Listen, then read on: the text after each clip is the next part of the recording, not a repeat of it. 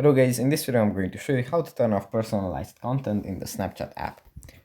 First, let's open up the app. Here it opens up in the camera.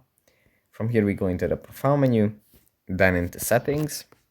Then we scroll down and under additional services we tap on European Union controls, and we can just turn this off, disable personalized content, and this means that when we are browsing on the app, when we are looking at posts, we won't get personalized content, we just get just whatever, non-personalized content, basically.